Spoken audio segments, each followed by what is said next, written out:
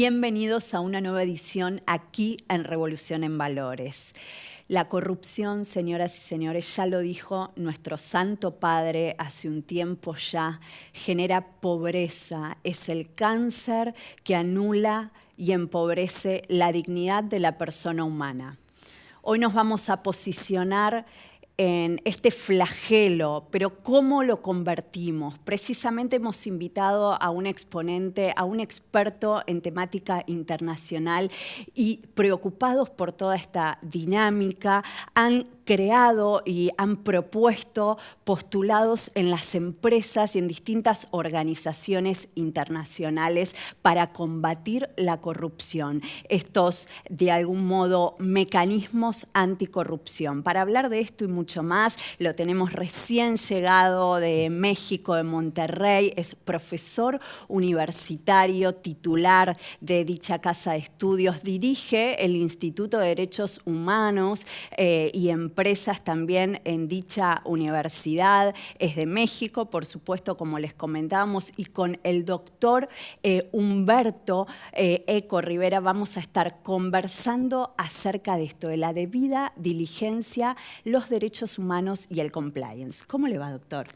Hola Rita, muchas gracias por el espacio y por la invitación a estar con ustedes. Un placer realmente, muchas ganas teníamos de tenerlo y le compartimos a la audiencia que en el día de ayer fue el Congreso, que estuvieron dictando esta charla en el ámbito judicial, ¿no? Haciéndonos eco también de la importancia de que en el espacio jurídico se analice toda esta normativa que usted ya nos va a explicar, ¿no? Porque para el televidente pueden sonar cuestiones como conversábamos detrás de algo abstractas. ¿Qué supone esto, doctor, de la debida diligencia como mecanismo anticorrupción y su relación, su vinculación en el ámbito de los derechos humanos?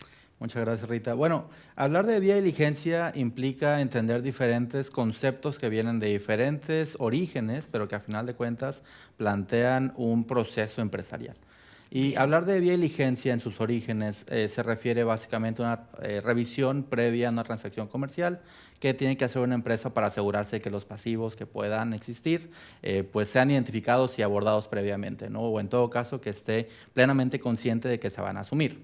Pero cuando hablamos de debida diligencia en derechos humanos cambia un poco la dinámica, porque el planteamiento está centrado principalmente en cómo la empresa puede afectar los derechos de terceros o el medio ambiente, por ejemplo. Y entonces se trata sobre todo de un proceso de identificación y gestión de riesgos que la empresa puede generar, a los que puede contribuir o con los que puede estar vinculada. Esas dos nociones, aunque parecen ser muy similares, tienen un enfoque distinto. Porque la primera, obviamente, busca la protección de los activos y de la empresa en sí misma. La segunda busca identificar y situar a la empresa en ese papel ante la sociedad. Bien. Y es ahí donde hay una diferencia muy importante.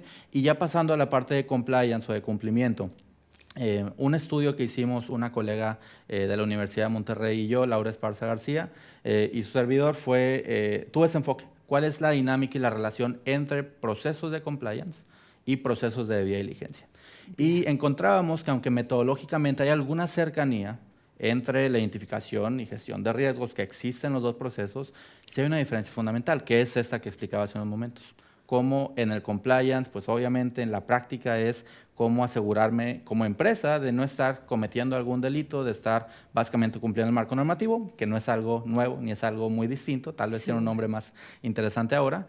Pero hablar de debida diligencia implica realmente un diálogo con partes interesadas, implica la toma en consideración y la puesta en conciencia de la empresa de los impactos que pueden producirse. Bien. Y eso cambia mucho la dinámica ya en la práctica sobre cómo se identifican y gestionan riesgos para la empresa o que la empresa pueda generar. Claro.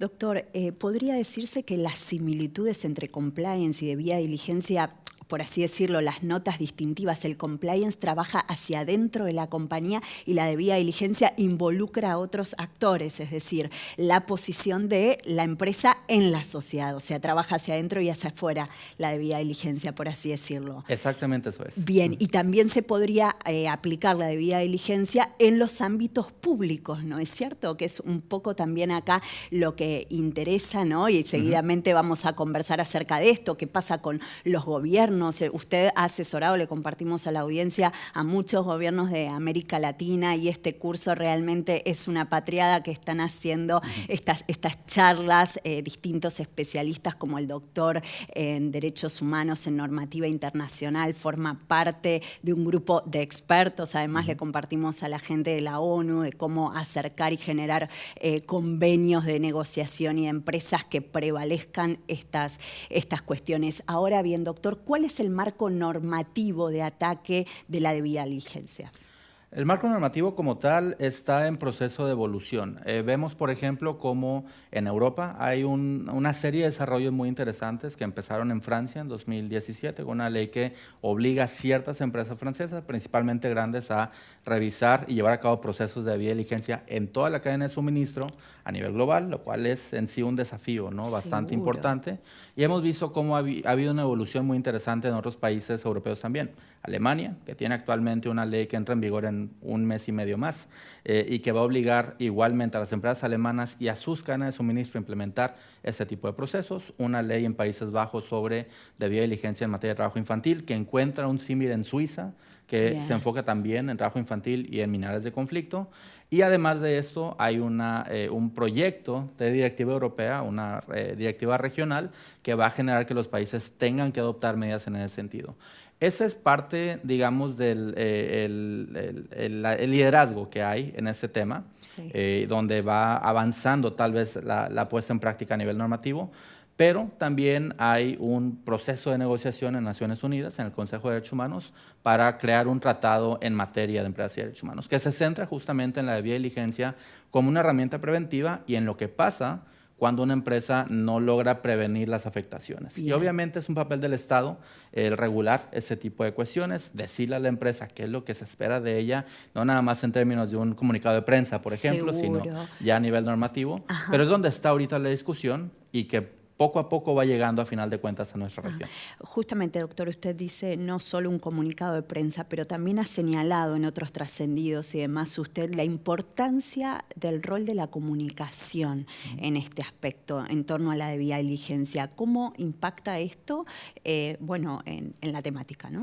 A nivel gubernamental, la comunicación es fundamental y los principios rectores de la ONU sobre empresas y derechos humanos, que son el marco de referencia sobre esta cuestión, plantean específicamente que los gobiernos deben manifestar y dejar claro a las empresas cuál es su expectativa respecto a su papel.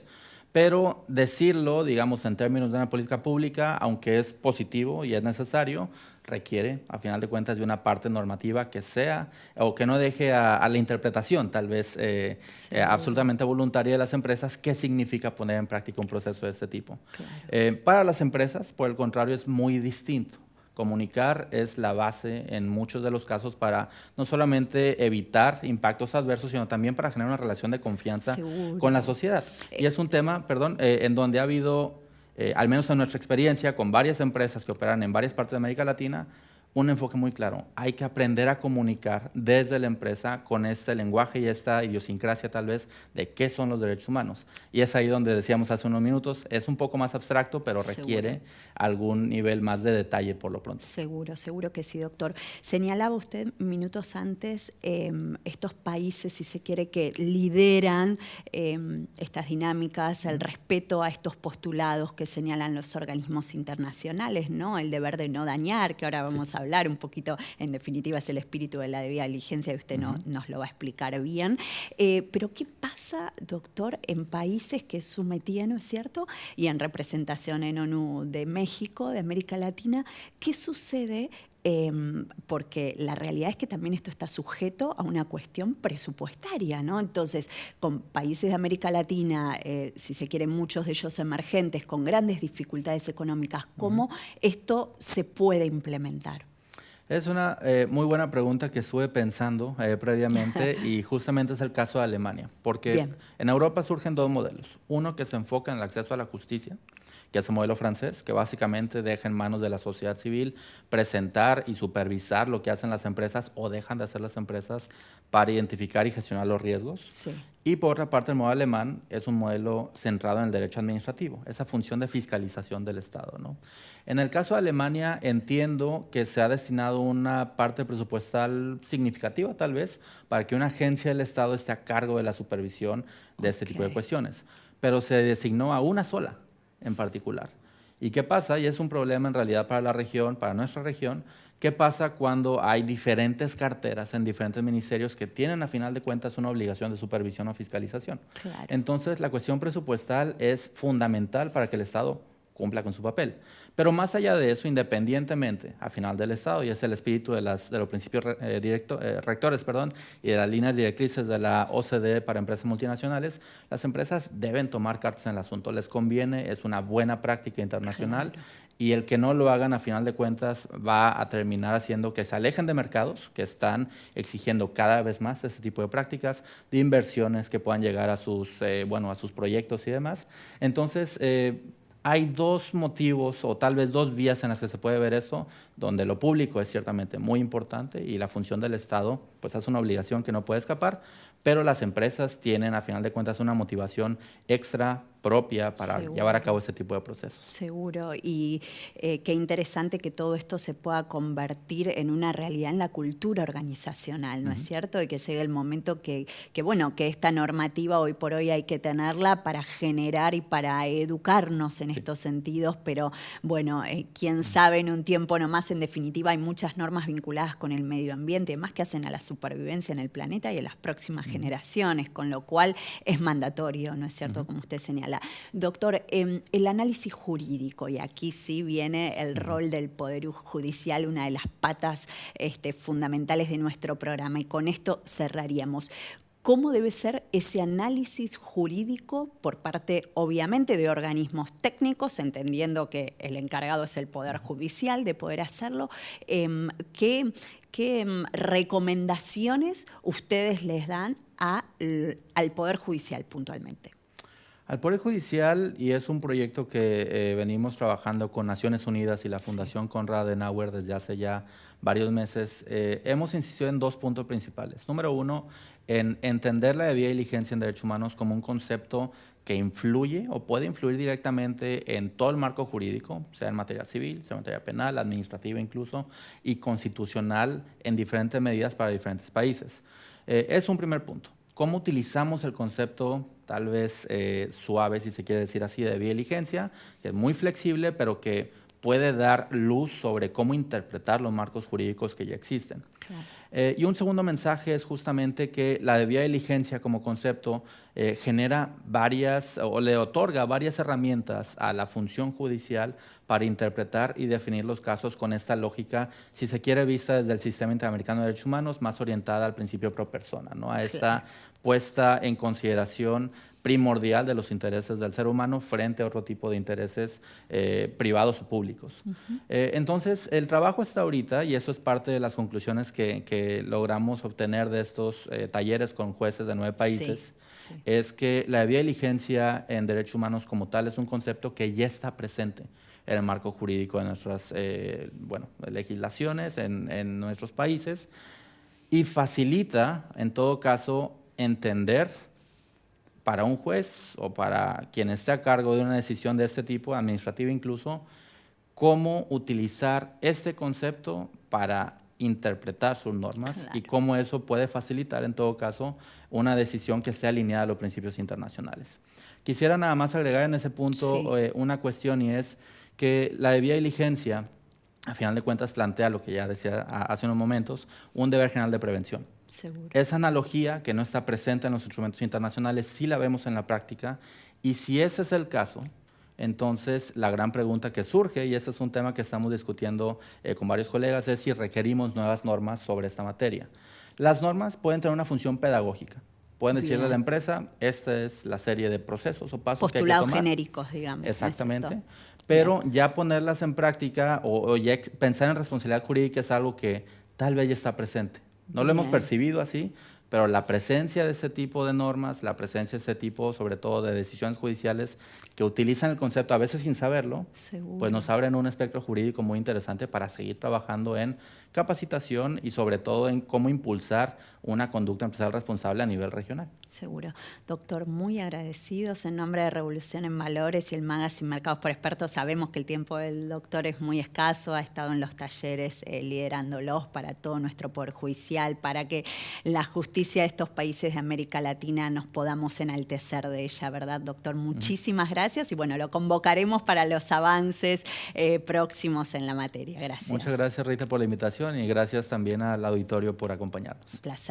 Señoras, señores, nosotros continuamos con más Mercados por Expertos.